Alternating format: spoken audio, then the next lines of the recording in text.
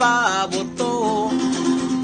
Naosos Pasko, daghang pabuto sa Disimbre ug sa Enero.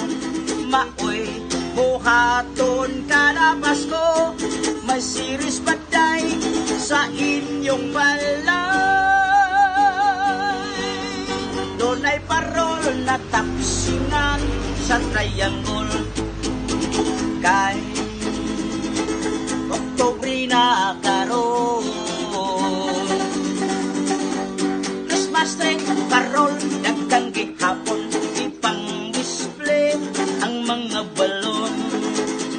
Doon ay pabuto, naosos Pasko, daghang pabuto sa Disimbre ug sa Enero.